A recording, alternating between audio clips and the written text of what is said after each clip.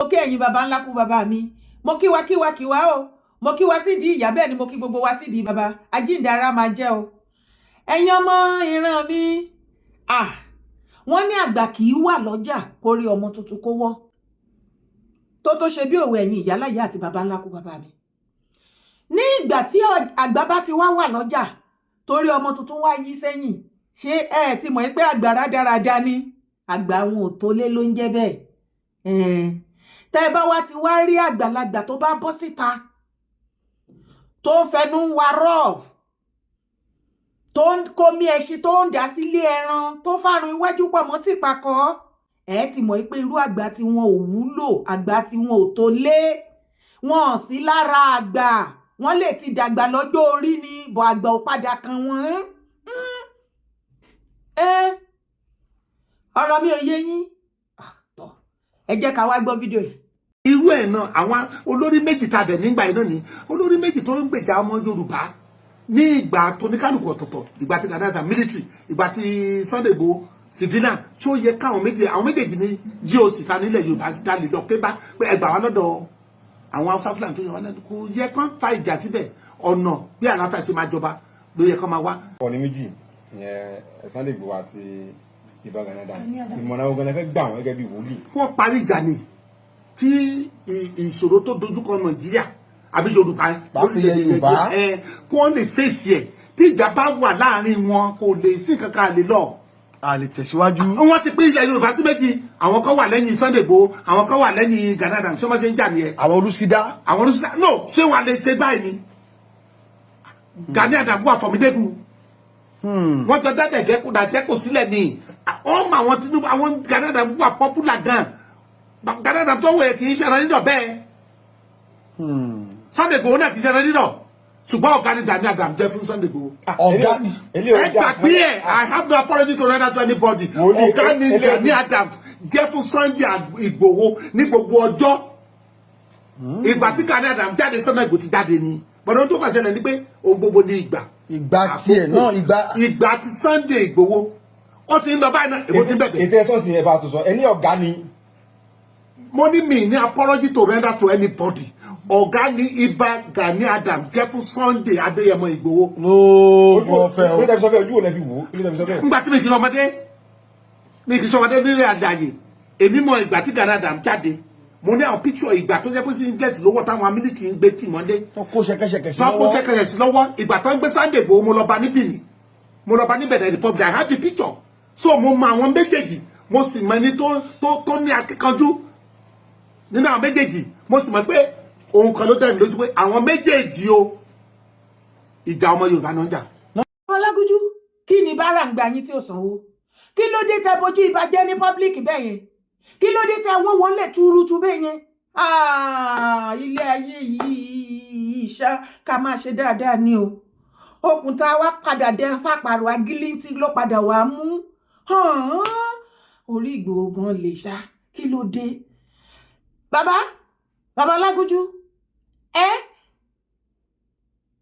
àmọ́ ẹ̀yin lẹ ti já wa sí báyìí gbogbo ọmọ Yorùbá kókókó nílé lóko lẹ́yìn odi kéré o lónílé lálejò lọ́kùnrin lóbìnrin láti wákàtí lọ tí fídíò yìí bá dọ́dọ̀ ẹ bá mi ṣí ẹ̀ sọ́dọ̀ ẹlòmíì tí ogun bá fẹ́ ja ilẹ̀ Yorùbá bí anything about security ẹ má pè ìbámu OPC yìí bá bàbá Ọlágúnjú ti jẹ́ ká mọ̀ wípé ayé ìgbà military ìjọba ológun òun ní ibà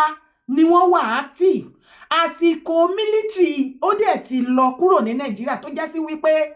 àsìkò Ìbà Ganiyu Ige Adams ó ti bá military lọ àbájọ tó ṣe jẹ́ pé information nìkan ni bá máa ń fún wa àmọ́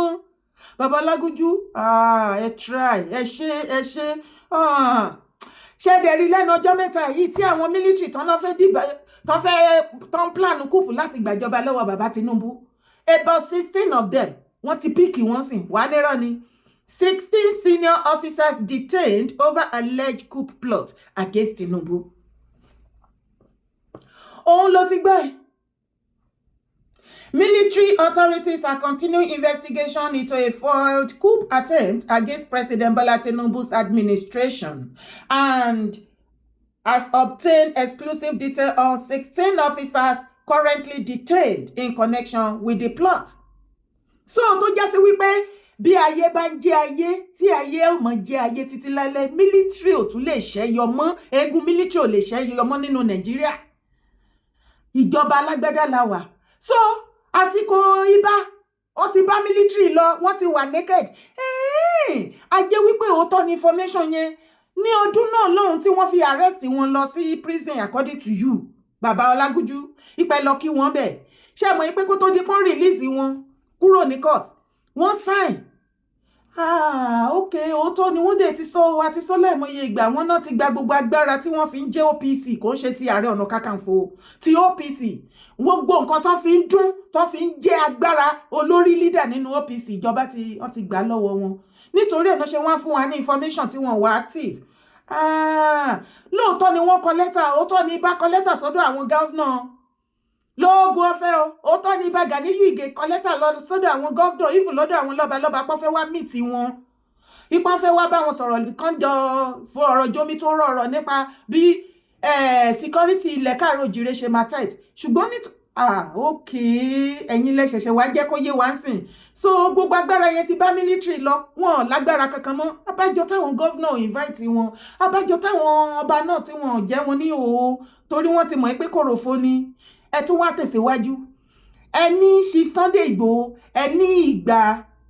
democracy ìjọba alágbádá òun làwọn tó já sí wípé Chief Igboho àsìkò wọn lélẹ̀, ìgbà wọn lélẹ̀. So military àsìkò Ìbà ti bá military lọ. Ó dìgbà ó dàbọ̀ k'Olúwa ṣọ́ wa pàdé o, ká ríra pẹ̀láyọ̀ o, ká má máa sọkún ara wa. Anyway, democracy ìjọba alágbádá la wà sìn. Ẹni Ìgbòho ló ní àsìkò Ìgbòho la wà yìí. Káàbọ̀ káàbọ̀ Ìgbòho káàbọ̀ káàbọ̀ ọmọ abílẹ̀ sọ̀rọ̀ ọmọ abílẹ̀ sọ̀rọ̀ kílẹ̀ lanu káàbọ̀ ó ti dé o káàbọ̀ ó ti dé o káàbọ̀. Ẹ wá tẹ̀síwájú. Ẹni Gani wọn àti bàbá Tinubu wọn jọjà ìjà nàdẹ́kò ìyẹn òun ṣe big deal. Ẹni ní ìgbà tí wọ́n dé arrest wọn wípé Ìbà Gani ò sá lọ. Wọ́n mú gbogbo ìwà ọmọ Yorùbá ní wọ́n kò tán ni wọ́n gbàgbé ìyẹn. Ìbá jẹ́ wípé wọ́n mú gbogbo ìwà ọmọ Yorùbá tán pátápátá ni wọ́n mọ̀ wípé gbogbo ọmọ Yorùbá mọ̀jàmọ̀sálà gbogbo ọmọ kọ́ ilẹ̀ Yorùbá mọ̀jàmọ̀sálà máa kíkanjú lógun ni wá. Akíkanjú tó bá ti mọ̀jà tí ò bá ti mọ̀sá irú wọn máa bógun lọ ní. Tẹ́ bá nírọ́ ni mo pa ṣe mọ̀ pé kò ń ṣe Ìbà Gani nìkan. Bàbá wa ìwà mẹ́rin. Bàbá Tinubu president lẹ́ni. Ká ní bàbá àwọn òbẹ́ bọ́ ẹ̀nà pápá bora bí ti ṣe Sunday Igboho. Bàbá Tinubu yá sá lọ ńgbà tábàṣà ní kọ́ lọ máa mẹ́mi wọn wá. Lẹ́ wọ́n bẹ̀rẹ̀ láti Africa country títí tó fi ń lọ. Wọ́n gbà bí já sí bí wọ́n gbà bí já sí bẹ́ẹ̀ yẹn àti bàbá Délé bàbá Ovation Délé Momodu. Bàbá yẹn tó fi dèrò Ghana tó fi gbádùn Ghana tó lọ in exile. Ṣùgbọ́n gbogbo wọn yẹn tó padà wá. Wọ́n wùwà ọmọ kan ní mọ̀jàmọ̀sá ní ìgbà tó padà wá. Rí wọn bọ́ ti ń dún lẹ́ni ààrẹ bàbá Tinubu máa padà wá jẹ president orílẹ̀-èdè torí wọ́n mọ̀sá lọ́dún yẹn ni. Àìmọ̀jàmọ̀sá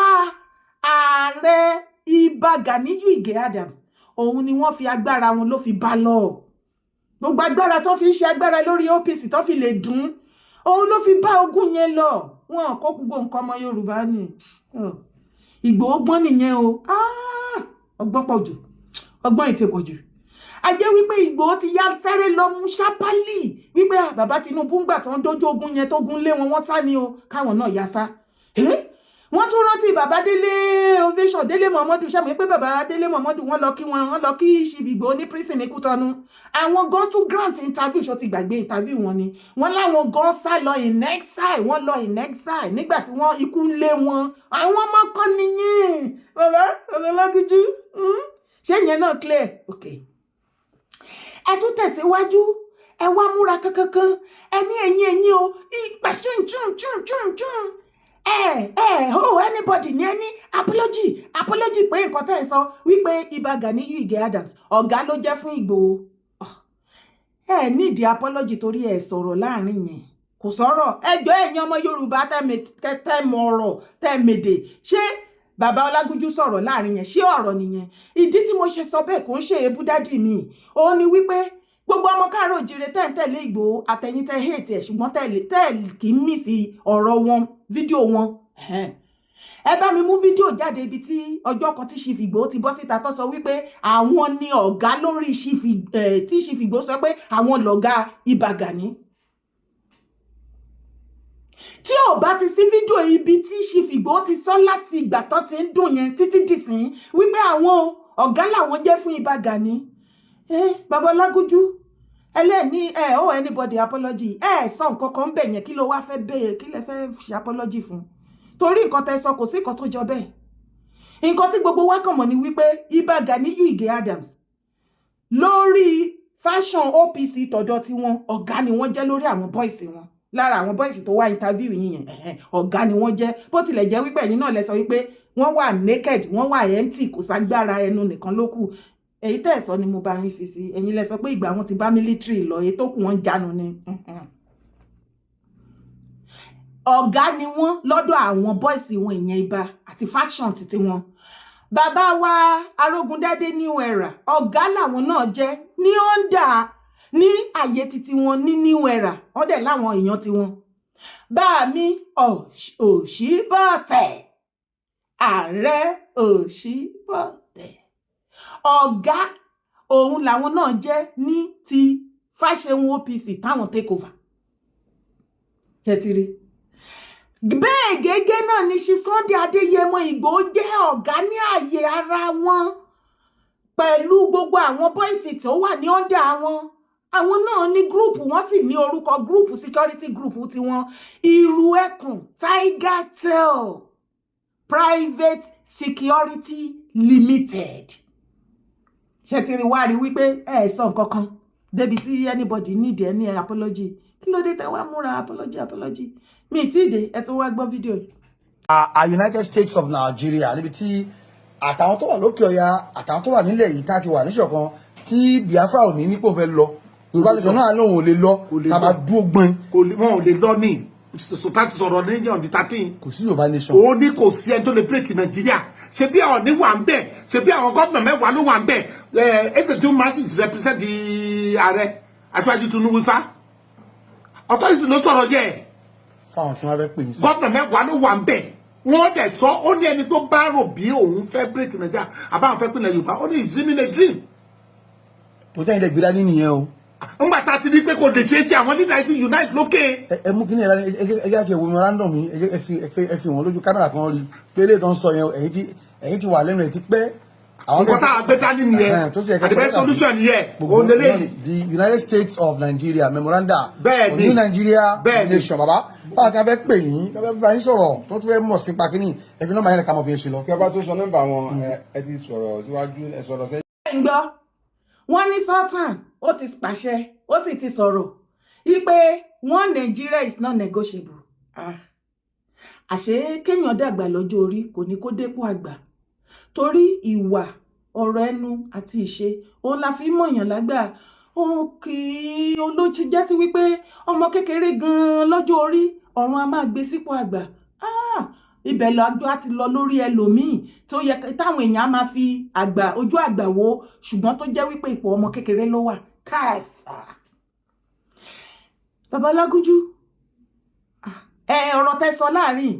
ẹ kàn jẹ́ kó yé wa wípé ẹ ti dàgbà lọ́jọ́ orí ẹ sí nípò àgbà nílẹ̀ Yorùbá kò jù bẹ́ẹ̀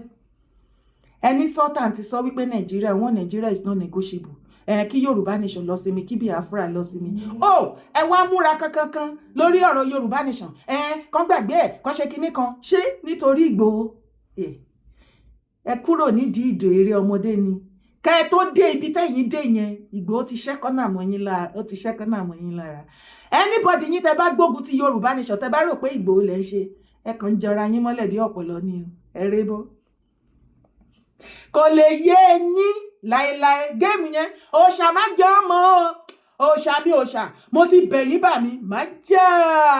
mo ní ẹ jẹ́ kí géèmù yẹn kán máa kakulé ẹ jẹ́ kọ́pọ̀ lọ́wọ́ kán máa fúnra lára wọn ṣàlàyé ṣé báyìí ní báyẹn kọ́ bó ṣe ń lọ rèé bó ṣe ń lọ ẹ̀yin ẹ jẹ́ ká dá sí wọn lọ́gbàdá kán máa yàn ẹ máa àtáàkì Yorùbá Nation jàre Chief Igboho kò rán yín níṣẹ́ ẹ àtáàkì Yorùbá Nation ẹ àtáàkì Yorùbá Nation ohun tí mo mọ̀ ní pé tó bá àtáàkì Yorùbá Nation gbogbo ilẹ̀ káàró jire lo àtáàkì kò jù bẹ́ẹ̀ lọ lórí sọ́tàn tẹ wá sọ yẹn bàbá tẹ ní Nàìjíríà ò lè pé tẹ wá lọ gbé fáìlì ńlá ẹ pèrò sọ́kọ̀ fún ti yín nìyẹn o ẹ̀yin lẹ fẹ́ ṣe ẹ̀yin lẹ fẹ́ lead new Nigeria now ẹ̀rọ lọ́hùn bọ́ ẹ wá bàbá Ọlágúnjú àwọn ọmọ Yorùbá nínú Nàìjíríà káàkiri Áfíríkà àti káàkiri òkè òkun káàkiri gbogbo àgbáyé gbogbo wa fòǹkò afẹ́ràn yín padà lọ sọ́dọ̀ Ìbà Gàníyù Ìgè Adams wípé ní ilẹ̀ káàró òjìire lọ́wọ́lọ́wọ́ iṣẹ́ la gbé dání àròjọ òfò àtàdánù torí láti bí ọjọ́ mẹ́ta mo ti rí gbogbo fídíò Ìbà tó ń sọ̀rọ̀ káàkiri ó dẹ̀ pé àwọn tẹ́ rán lọ sí ọ̀dọ̀ bàbá Tinubu fún kọ́ńbẹ̀yìn kẹbẹ̀ wọ́n jàre sọ́rí wọ́n ti ju ṣéǹjì kékeré sápò torí mo rí pò yẹn jáde for a long time tá a fi gbúrò yín ẹ̀yin lẹ́ẹ̀mọ̀ wọ́n ti túṣẹ́ pín ọ̀rọ̀ ti kọjá level tẹ́yìn ṣẹ̀ṣẹ̀ wá ń rojọ́ tẹ̀ṣẹ̀ ń grant interview káàkiri yẹn ọ̀rọ̀ ti kọjá level yẹn ẹ má ṣẹ́jú sérò èrò ti mọ ibi tó ń lọ bẹ́ẹ̀ ni ẹ̀yin rojọ́ ẹjọ́ lẹ́ṣin rò àwa òrojọ́ nílẹ̀ Yorùbá bí eku ṣe máa ké bí eku tí ẹyẹ máa ké bí ẹyẹ tí ọmọ ènìyàn fún bí ọmọ ènìyàn ogun tó ń múra nínú Nàìjíríà tí ò ṣe ní borí ilẹ̀ káàró òjìrì àti àwọn èèyàn wa òun làwa gbé dání àwa ti mọ̀ wípé kò sí agbára kankan lọ́wọ́ yín ẹ rí pé kò sẹ́nibọ̀dì tó pè yín mọ́ ibà ṣe mo parọ́ ni ẹ̀yin ọmọ OPC ṣe bẹ́yìn ìkan lára àwọn bọ́ìsì yín sọ ní Kwara ó ní ṣebí wọ́n mọ̀ wípé àwọn wà ní Kwara kó tó di pọ́n lọ pé àwọn Miyetti Allah wọ́n ti mọ̀ pé kòròfo lẹ́wà pé kò ságbára kò sí ẹ̀ lè takutu ẹ̀ lè ṣe kankan ṣé rí gbogbo ẹ̀dí àkẹ́ máa sọ kí gọ́ọ̀mẹ̀ntì pè yín kó ṣígun fún yín kò sẹ́nibọ̀dì tó máa pè yín tó máa ṣígun fún yín ẹ gbàgbé kò sí kankan lọ́wọ́ yín wọ́n ti yín mọ́ Bàbá Ọlágúnjú ti sọ wọ́n ní ìgbà yín ti lọ pẹ̀lú military ẹ jẹ́ kẹ́ni tí ó wà nígbà democracy ẹ jẹ́ kó farabalẹ̀ ṣe nǹkan tó yẹ kó ṣe ẹ má rò pé ẹ máa gbógun ti anybody àsìkò ní gbogbo nǹkan ọba mẹ́wàá ìgbà mẹ́wàá lónílé ayé ìgbà lónígbà lò wọ́n nígbà tí yín ti lọ ẹni tó nígbà ń sìn ẹjọ́ òlò ẹjọ́ fèdọ̀ lórí òróró ẹ wá ní ẹ tún múra kankan nínú fídíò yẹn wípé Ìbà dúró kò sá lọ wọn ò lè sá lọ mo ti ṣàlàyé yẹn ṣe wá rí Ìbà máa sọ wípé tí àwọn ọba kan ṣígun fáwọn kí gọ́vnà kan ṣígun fáwọn wọ́n tẹ̀ tó ti yí padà wọ́n ní kòròfo náà làwọn ọba wípé àwọn ọba ò láṣẹ wọ́n ní kí gọ́vnà ṣígun àbí pírẹsidẹ́ǹtì kó ṣígun fáwọn kò sọ́jọ́ tí gọ́vnà ṣe bẹ́ẹ̀ tí kọ lẹ́tà pé kán invite yín kẹ́ ṣe gbá wọn dá sí yín wọ́n mú lẹ́tà wọn fling síbì kan wọn rí ti yín rò wọ́n mọ̀ pé kò ságbára kankan lára yín ibi àwọn tó dẹ̀ fẹ́ lò ẹ fẹ́ kí n bẹ ni mí níbẹ̀ wọ́n ti túṣẹ́ pé lẹ́yìn yín ẹ mọ̀ bí nǹkan ṣe ń lọ Ìbà ilẹ̀ káàró òjìire bá a ṣe máa sìnkọ́ ilẹ̀ káàró òjìire là wà fún sìn iṣẹ́ yẹn ni gbogbo wa gbájúmọ́ ṣe wá rí interview ten grant kiri we are not interested Bàbá Ọlágúnjú ẹ páàkì sẹ́gbẹ̀ẹ́ báyìí ṣe wá rí mo fẹ́ kẹ́ tẹjú mọ́ mi kẹ́ wò mí re dáadáa ó yẹ ẹ máa wò ó àwọn fídíò tí ẹ ń wò yìí báyìí ní Cameroon àwọn Gen Z wọ́n ti take over ó ń lọ lẹ́lẹ́lẹ́lẹ́lẹ́lẹ́ bẹ́ẹ̀ lọ́wọ́lọ́wọ́ bí mo ṣe wá bá yín sọ̀rọ̀ sìn fresh protest hit Tanzania after election marred by unrest Tanzania òun lẹ̀ ti ń rí yẹn Tanzania òun lẹ̀ ti rí yẹn àwọn ogun ti ṣẹlẹ̀ ní Tanzania ṣe ráwọn Gen Z wọn lẹ́rí tán sá lọ sí airport wọ́n ní gbogbo government officials kankan wọn ò nígbà kẹ́ fly jáde kúrò ní country yẹn wọ́n máa bójú yín sí jẹ́ síbẹ̀ ni ẹja sáré dọ́dọ̀ wọn ìjọ tó bá ti kan Nàìjíríà ẹ̀rí bóyá ó lọ eégún ńlá ló ń kẹ́yìn ìgbàlẹ̀ ó lọ ìjọ tó bá ti kan ti Nàìjíríà táwọn Gen Z jí Bàbá Ọlágúnjú àti sọ́tà ẹ lọ dúró dè wọ́n lọ́nà Fresh protests have broken out in Tanzania's major city a day after election marred by clashes between opposition supporters and the police. Protesters accused the government of undermining democracy.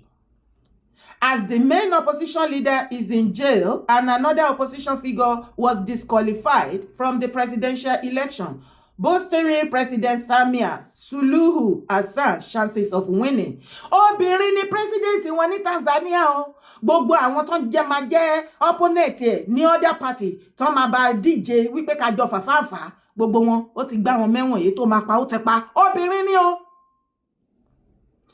Báyé sọ̀rọ̀ lọ́wọ́ Tanzania ń gbóná wọ́n ti ṣáná sí gbogbo àìmọye nǹkan tó ti bàjẹ́ bẹ́ẹ̀ you know how it is now. Ìyẹn ni bàbá Ọlágúnjú bọ́ síta tán sọ pé kìnní kan bọ̀ bẹ́ẹ̀ ṣe wá bojú ìbàjẹ́ tẹ̀rìn wọn ní nakedness síta ẹ̀ ṣòro bá dìlò ẹ̀yin tẹ́ bá súnmọ́ bàbá yìí ẹ yẹra yín wò ó bàbá ẹ bojú ìbàjẹ́ o ẹ̀rìn ìbá sí òhò náà ẹ̀yin lẹ wá finish tẹ́ bọ́ gbogbo aṣọ pátápátá lára wọn káàsà ẹ ní ìgbà wọn ti lọ ìgbà military ní ìgbà Ìbà Gani ṣẹ̀dẹ̀ wá rí Ààrẹ Ọ̀nà Kakanfò tó ń jẹ báyìí tó wá kù tó lè máa sọ wípé kán máa pè wọ́n lé lórí àwa ti rí àṣírí ibẹ̀ yẹn wọn ò ní lè ṣe é náà kò lè possible ẹni kí ló dé àwọn Fúlàní ló san owó oyè Ààrẹ Ọ̀nà Kakanfò tó ń jẹ àwọn articulate àwọn Sultan and Co àwọn ni wọ́n san owó oyè yẹn fún bàbá Adéyẹmí àná Aláàfin àná kódà ìwúyè everything àwọn articulate náà àwọn náà finance ẹ̀ báwo ni wọ́n ṣe wá expect wípé kéèyàn san owó oyè kó fún ní kán ṣe kán wúyè fún kán tún kówó sí lápò pipeline billions of naira kí ẹni yẹn wá sọ wípé òun ti jẹun yó tán ara òun ti balẹ̀ òun wá fẹ́ lọ kọjú ìjà pẹ̀lú oyè táwọn finance ó fẹ́ lọ fi kọjú ìjà sí wọn ṣé ìwọ náà lè ṣerú ẹ̀ ìdí nìyẹn everybody ṣe yẹ Ìbà tì Ìbà tọ̀ mo sọ yìí mo dúró náà o gbogbo ọmọ Yorùbá ẹ má gbàgbé bá mi pé ètò yìí kó dọ́dọ̀ Ìbà fúnra lára wọn kó dẹ̀ dọ́dọ̀ bàbá Ọlágúnjú ọ̀rọ̀ tẹ́sán òun làwa fèsì sí o ilẹ̀ káàárọ̀ òjíire kò ní bàjẹ́ o iṣẹ́ ló wà ńlẹ̀ àwa ò jà o Chief Sunday Igboho bẹ́ẹ̀ anybody jà o iṣẹ́ tó ń gbélé wọn tó wà lọ́wọ́ wọn náà kọjú mọ́ ẹ bá wa sọ fún Ìbà káwọn náà kọ́ ṣe nǹkan tí ilẹ̀ Yorùbá ń fẹ́ kí wọ́n fi Ìgbòho lọ́rùn sílẹ̀ ọ̀rọ̀ ìjà kọ́ lélẹ̀ kò ń ṣe wípé ẹ̀ ń ta ọjà débi tá máa ṣẹ́jú sẹ́rò nǹkan tí Yorùbá ń bèrè lọ́wọ́ Ìbà òní kí Ìbà kó dá wọn lóhùn ẹ fi Ìgbòho lọ́rùn lẹ̀ bye.